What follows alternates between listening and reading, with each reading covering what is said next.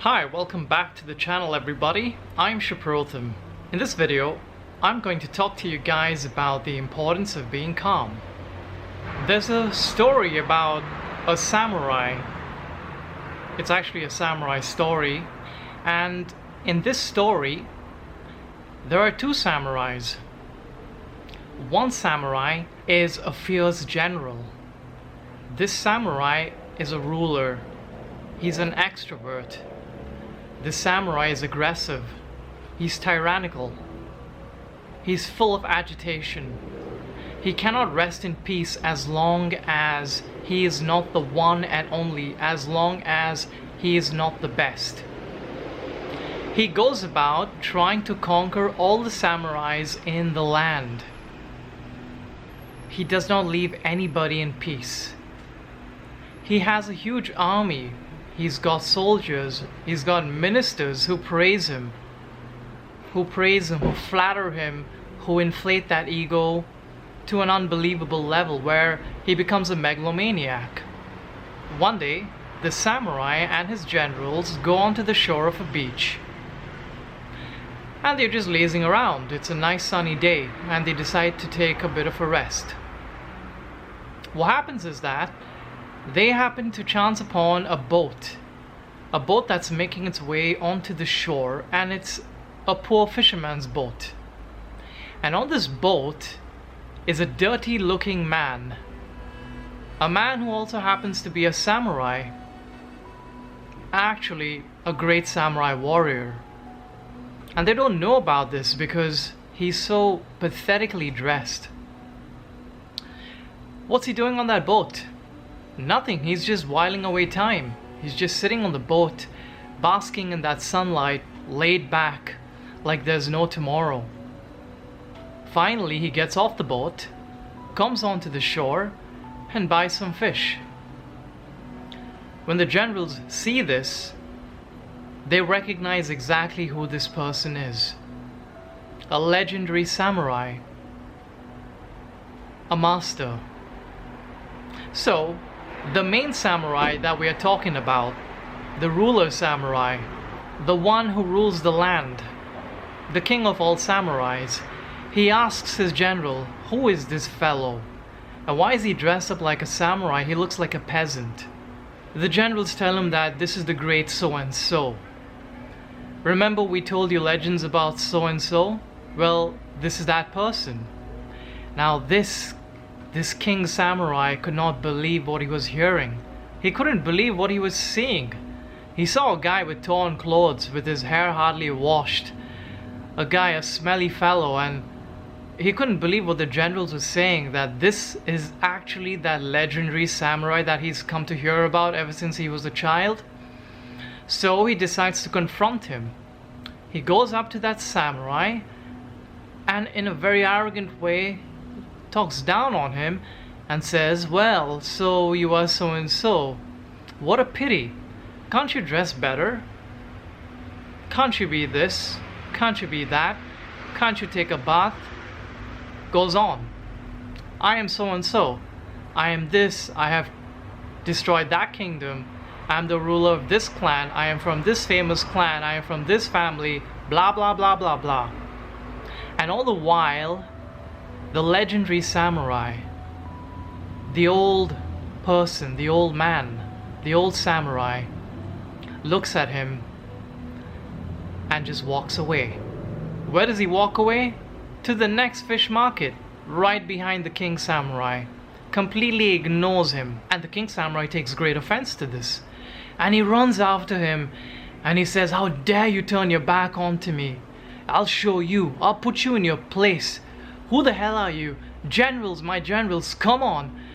We need to put this man in his place. Who the heck does he think he is? And so, the samurai goes up to the old man and almost threatens him. The generals stop him. The generals say, do not do this. It is not necessary. But the king samurai does not listen. He goes up to the old samurai, the legendary samurai, and he says, you think you're so great, why don't you have a duel with me? Why don't you prove what a great samurai you are? How dare you turn away from me? And so the old samurai says to him, well, why don't you join me for dinner at my house, and then maybe we can think about a fight. In fact, yes, let's actually have a fight after dinner, you know? And so the king samurai is all worked up and tells him, well, I don't want to have dinner, I want to go straight for a fight. And so the old samurai calmly says, okay, so be it. But the king says, I will meet you after 2 months. And the old samurai asks, why? Well, because I need some time to train. That's what the king samurai says. The old man says, okay, no problem. The king samurai spends the next 2 months training intensely, putting his body and mind through hell, doing all what it takes to become the best, doing all what it takes to be the one and only, the greatest, to destroy anyone who threatens his position of superiority. He eventually goes up to the old samurai's cottage. He's all worked up. It's been 2 months. In those 2 months, we find him in a room. And in his room, he's constantly working out how he's going to defeat this old samurai, this so-called master, how he's going to take his sword and chop him in half. What moves is he going to make? How dare this fellow ignore me? How dare this fellow even exist? And he's working himself up into this unbelievable rage, a rageful state that gets his blood boiling. And he can think about nothing but destroying this old samurai. He thinks nothing else apart from absolutely annihilating this person and destroying his existence. They meet at the cottage. The old samurai welcomes the king samurai into the cottage and offers him dinner. But the king samurai is too anxious and is too impatient for dinner. He throws away the plate. He is absolutely rude. He says, I don't have time for your hospitality. Let's fight. The old samurai insists and says that this is part of tradition. We have to have dinner before our last fight, because this could very well be our last meal. The king laughs. Your last meal, maybe, not mine. Well, he reluctantly agrees to have the last meal, sits down, has it, and even while having that meal, talks down onto him. It's like a proper MMA fight, a proper MMA pre-conference. Well, the fight begins. As soon as the fight begins, it ends. The king samurai lies on the ground. The king samurai is laid down on the ground, bleeding, his body cut in half. We find the old samurai sipping tea, sitting on the chair. The fight is over in a matter of 4 seconds. It just took one blow of the sword, and the king samurai is down on the ground dead. The generals are shocked. They carry the split body and they walk away while apologizing to the old samurai. This story just goes to show how important it is for us to be calm in any situation. Calmness takes us way farther than any state of agitation, nervousness, fearfulness, excitedness. These are inferior states. Being calm is actually in life one of the most difficult things to do. Most of yoga concentrates on how to still and calm the mind. In this day and age, stress has reached an unbelievably high level, and it's really taking its toll on people's minds. People are not able to sleep well, to live fulfilled lives. They live a life full of anxiety and tension. This is not the life that Mother Nature had decided for the vast majority of humanity. Mother Nature wants us to be happy, peaceful, and tranquil. Mother Nature wants us to evolve from our old barbaric state into a state of higher consciousness that makes life easier for us. A lot of the troubles in this world happens because we're not calm. It's because we tend to jump the gun. There are definitely some advantages to being quick to the trigger, to being impulsive, to being agitated, to get difficult work done, to act quickly in states of emergency. These things are undeniably there.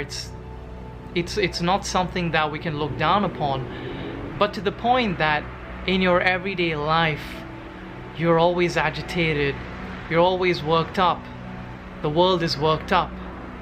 There's always some kind of war going on, intellectual war, political war, physical war. This is not healthy at all. I mean, everybody talks about health, but does everybody really know how deep health really goes down to, and to what level? Health is just not physical, it's mental, it's intellectual, and it's emotional. And we lose out on these levels of health because we have this superficial idea of what health really is. So we go about being aggressive, pumped up people, high on fitness and life, but really our minds are a mess. It's not tranquil, and most of what spirituality and yoga intends to introduce into a person's life is this tranquility, is this sense of calmness. There is no full-fledged way of getting over the stress that we're dealing with in this modern day and age. There are definitely ways for us to go beyond the effects of stress, to go beyond the implications that it's going to have on our health, our mental states of being, on our intellect, on the balance of our emotions even. Wars are not necessary. Wars are not necessary at all. It's so important for me to stress on the fact that it's just not in yoga, it's just not in spirituality that you have to be calm, but just in general, calmness is such an important tool for human evolution. It's because we are not calm that wars happen. It's because a person called Hitler was not calm and satisfied with what he had, is why he decided to wage war against the world.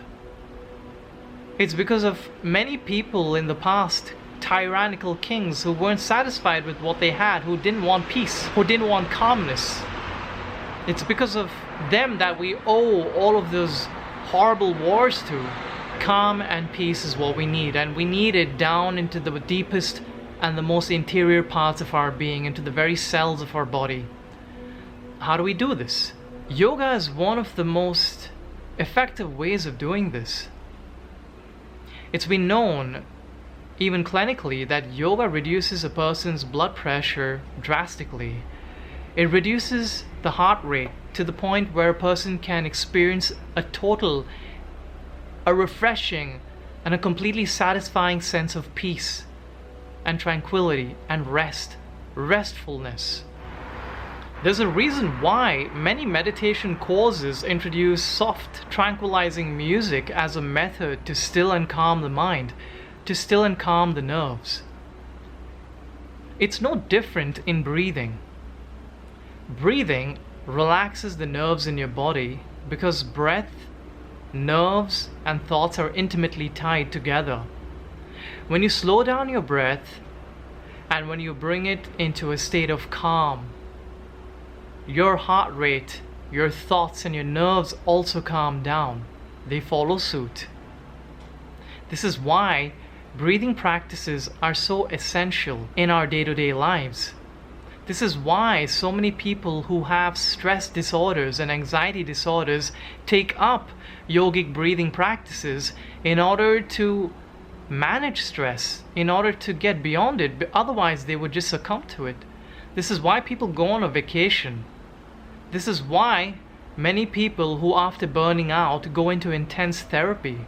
You can also check out my 7-step vortex program given down in the link below. I went to the beach recently and I could not believe how calm and how rested I felt. I used to be one of those people who were like, What's the use of going to the beach? What a waste of money. And the sun, I mean, getting burnt in the sun, it's ridiculous. I'd rather stay at home and just peace out. But no, I went for a good swim in the water and it felt really refreshing. In fact, my yoga practice improved. In World War I, there were several mental disorders that were the result of the wars, and this was observable in the soldiers. The soldiers suffered heavily in war. The nerves absolutely shattered. When you're in a war, not that I'm a soldier, but as you can imagine, and when there's a shell, when there's a bomb, it comes and blasts in front of you, the trauma that it does to the cells, the trauma that it does to the nerves is unimaginable. There is video footage, if you can look it up online, of how soldiers are absolutely destroyed after a war, even though they survive it. Many of them develop something called neurasthenia, weakness of the nerves. Many of them develop something called the shell shock syndrome. It's because you're shocked from the shell falling into your trench that absolutely destroys your nerves. The soldiers, after the war, came back home. They rested 1 or 2 days and then they found that they started shaking uncontrollably. They started behaving hysterically. They couldn't control the mind. They started going into automatic spasms and it was just unmanageable. They were being absolutely destroyed from the after effects of the stresses of war. It was intense therapy that actually cured them.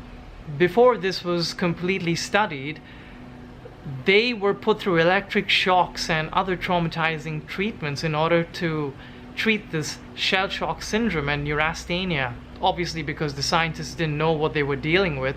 So it took a while before they understood that these are really bad ways of treating these disorders. Rest, going into the forest, psychotherapy, these were the things that actually worked on these soldiers. And yoga and breathing practices are really no different. Yogis who are masters say that there is a way to bypass death or the experience of death. There is a way to overcome pain, and that is by developing an intense and solid sense of calm. This calmness cannot be emphasized enough, especially when it comes to spirituality and yoga. In fact, in the Bhagavad Gita, when Krishna talks to Arjun, he tells Arjun that the 3 gates to hell are greed, lust, and anger. As you can imagine, and if you've studied yoga enough, greed, lust, and anger are directly connected to the guna, the property of activity, passion, agitation, irritability, warmth, fire, and heatedness. You can check out my previous video about the 3 gunas where I talk about what is sattva guna, rajas, and tamas. What we need in our lives is a purified form of rajas, which is represented by the color red, activity, dynamism. It is when this rajas becomes demonic or perverted that we have all kinds of hellish things happening in society and the world, because it is a formidable force. It is a formidable power. It's a heated aspect of the divine. It is commonly represented by the planet Mars and also Venus in some cases. Yoga introduces a sense of calm and tranquility. It cools down the effects of these heated planets. Yoga cools down the system. It introduces deeper and deeper levels of calm and tranquility. In fact, a famous saint named Swami Vivekananda asked this from his disciples. He said, I want a handful of people, and this handful, I don't need more than 5, and this handful can change the face of the planet. I just need 5 strong young people. But they should be so calm that even if the world was crumbling right in front of their eyes, they should be standing there unmoved. And he was a great yogi himself. We don't have to be that great. But in our day-to-day lives, where fights, violence, petty little things like being politically correct or not can result in a fight. These things can be avoided because when you introduce calmness and when you introduce silence into your mind, you're able to think better. You're able to discern and decide whether a fight is worth it or not. Because all fights need not be fought. Some have to be on moral grounds, but the others, it's just a waste of time. And it's really a destructive thing to be involved in. So remember, being calm is very essential in any spiritual or yogic practice. That's it for me from this video, and I'm going to join you guys in the next video, which will be uploaded every Tuesday, next Tuesday. And do subscribe to this channel and like this video as well. Namaste.